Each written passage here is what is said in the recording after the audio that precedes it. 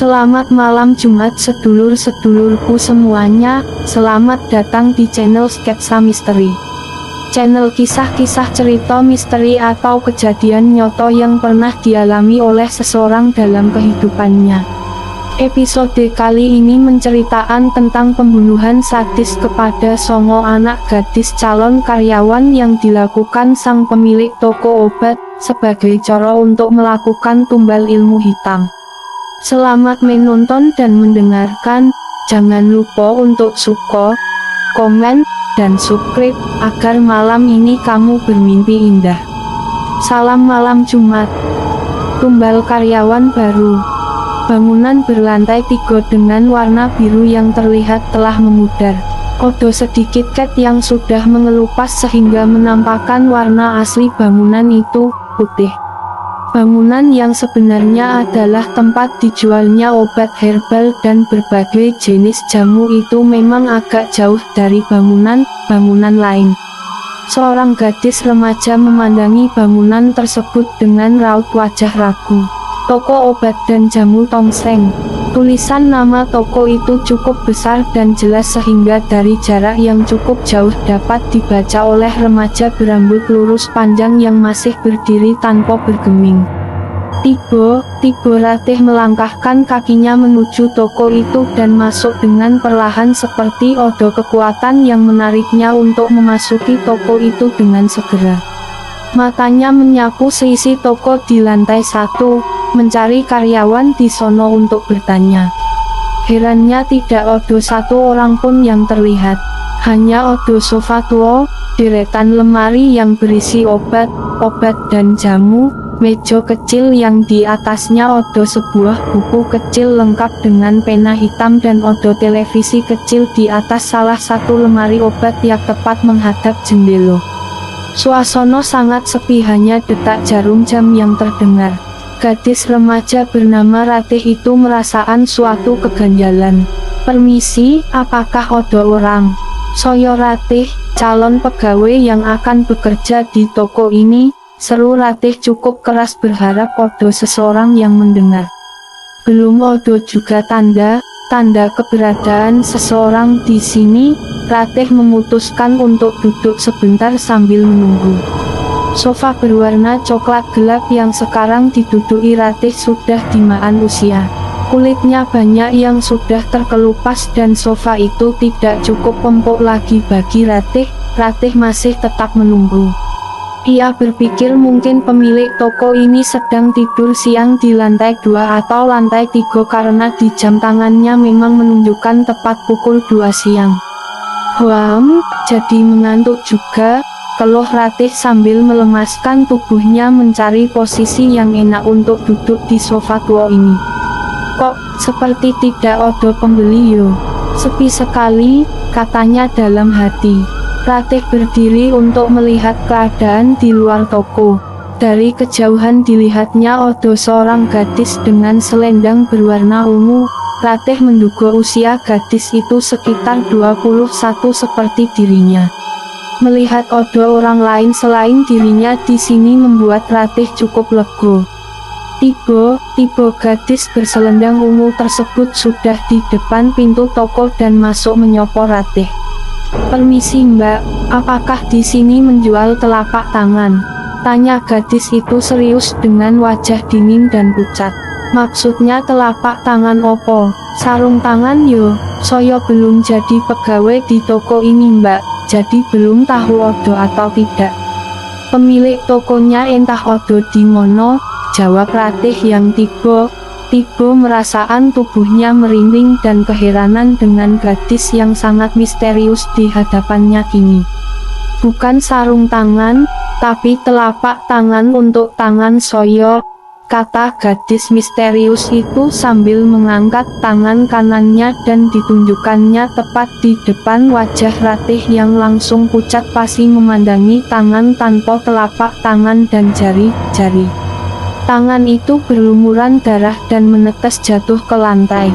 Tiba wajah gadis misterius yang pucat dan dingin tadi telah berubah menjadi wajah seram berwarna hitam dengan bola mata meloncat keluar. Rambutnya sudah sangat berantakan dan pakaian putihnya berlumur darah. Tangan kirinya dengan jari berkuku tajam berusaha meraih wajah Ratih dan berusaha mencakarnya. Jeritan Ratih memenuhi seisi toko. Dia begitu ketakutan, tubuhnya gemetaran sehingga tidak dapat menggerakkan kaki untuk berlari.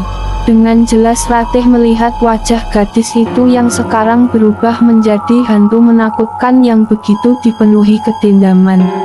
Seolah-olah hantu itu ingin membalaskan dendamnya pada Ratih. Ratih tidak dapat melakukan perlawanan opo-opo.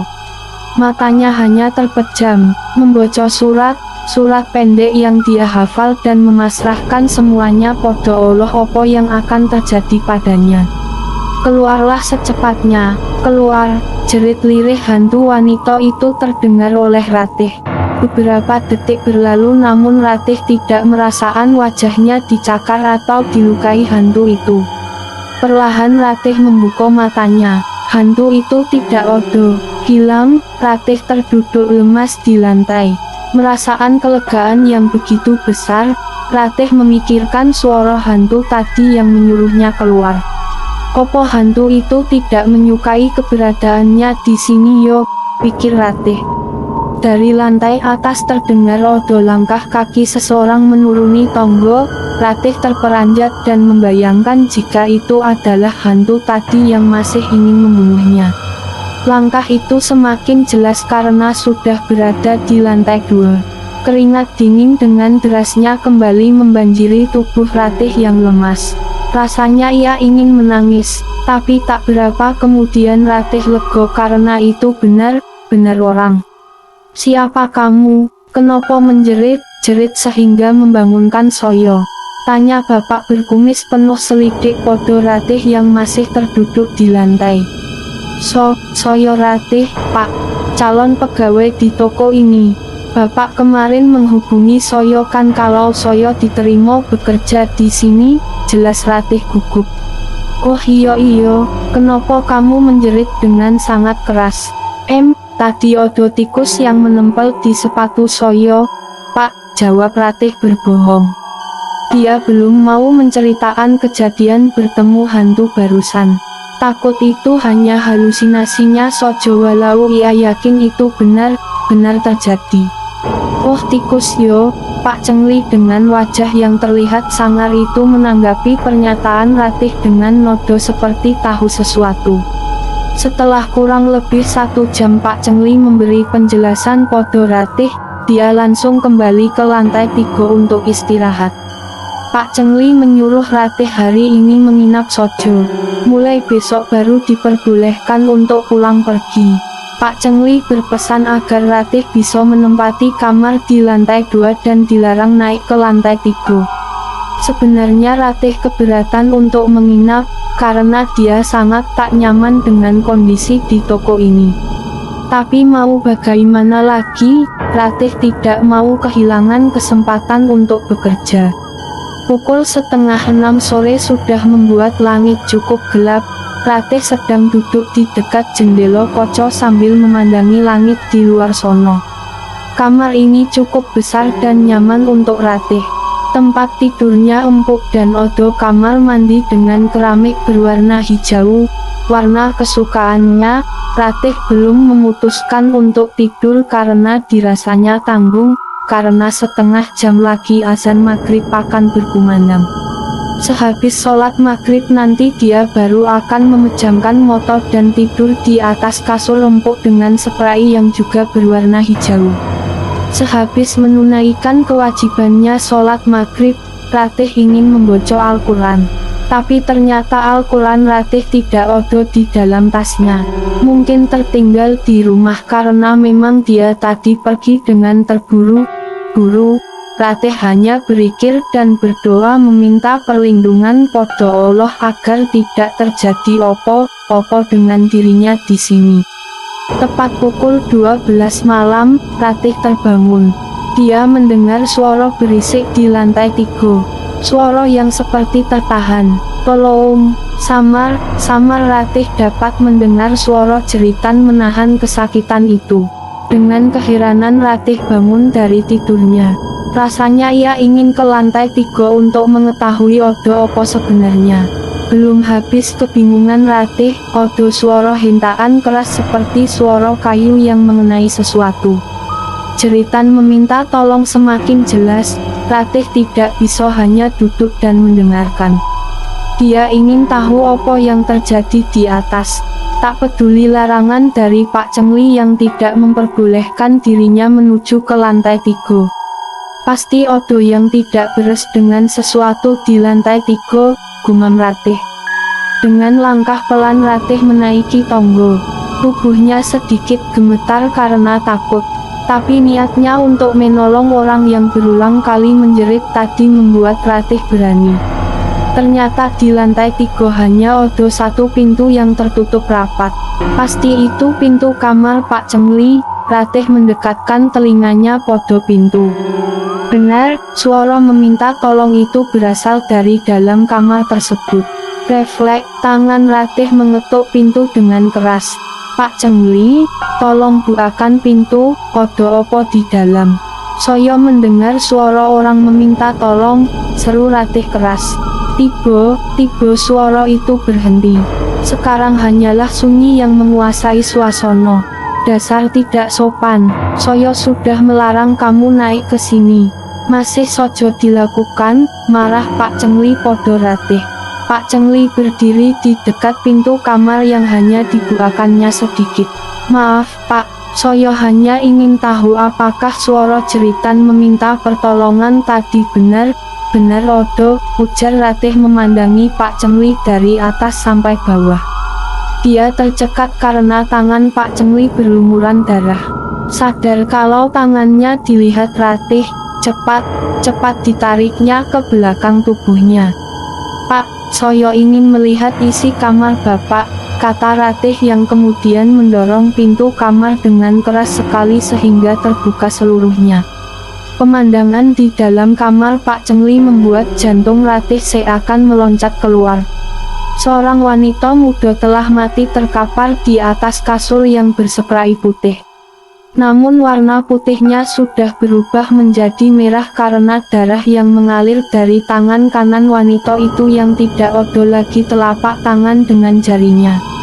Tepat di atas bantal, telapak tangan yang terpisah itu sudah dibungkus plastik bening, yang kotor oleh darah yang masih keluar sedikit demi sedikit. Seketika Pak Cengli menarik tangan kanan Ratih dengan sangat kuat. Diambilnya pisau besar dan tajam yang masih berlumuran darah segar dari atas meja kemudian mengarahkannya ke tangan Ratih, berusaha memotong tangan Ratih dengan kesetanan. Biadab kau, rasaan apa yang telah terjadi pada wanita itu juga wanita lainnya. Jerit Pak Cengli yang sekarang telah berubah menjadi pembunuh yang begitu keji. Ratih menendang tepat di bawah perut Pak Cengli dan ia bisa terlepas dari cengkraman tangan manusia tak berhati tersebut. Cepat Ratih berlari menuruni tangga sampai ke lantai paling bawah. Pintu keluar dikunci, Ratih ketakutan, ia ingin segera keluar dari toko ini. Tapi semua pintu terkunci, jendela kaca sudah dipecahkannya namun terali besi menghalanginya untuk bisa keluar. Dia menjerit meminta pertolongan, berharap ada orang lewat dan mendengar jeritannya. Tapi keadaan di luar sangat gelap dan sunyi. Ratih menangis membayangkan sebentar lagi Pak Cengli akan memotong tangannya yang pasti akan mengenai urat nadinya dan pada akhirnya nasibnya akan sama seperti wanita yang tadi dilihatnya. Mati dengan tak layak. Terdengar langkah Pak Cengli menuruni tangga sambil manggil namanya, Ratih, kamu tak akan bisa kabur dari sini. Tak ada yang bisa lolos dari saya. Telapak tanganmu yang halus dan cantik itu akan menjadi telapak tangan yang ke-10 untuk saya santap. Kemarikan tanganmu cantik, saya berjanji akan memotongnya dengan perlahan jika kamu tidak berontak. Dasar orang gila, mono ada orang yang rela memberikan tangannya pada iblis seperti kamu. Teriak Ratih marah. Kini Pak Chengli berada di hadapannya dan siap mengayunkan pisau tajam ke arah tangan. Ratih berhasil mengelak, hanya lengannya sedikit tergores dan mengeluarkan darah segar. Ratih berlari menghindar ke arah belakang sambil menahan darah yang keluar dari lengannya dengan sapu tangan. Dia terus berdoa dan berdoa.